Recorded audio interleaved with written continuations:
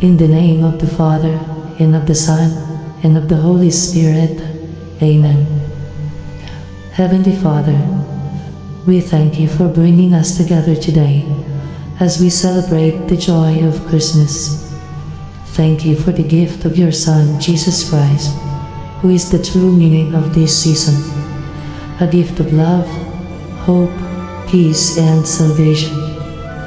As we share food, laughter, and fellowship, may our hearts be filled with gratitude and kindness.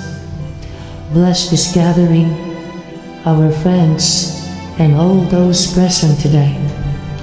May we remember those who are less fortunate and learn to share your love with them. Guide us to live in harmony, respect one another, and carry the spirit of Christmas, not only today, but throughout the coming year.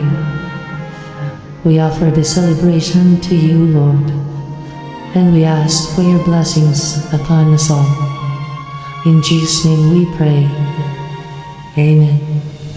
In the name of the Father, and of the Son, and of the Holy Spirit. Amen.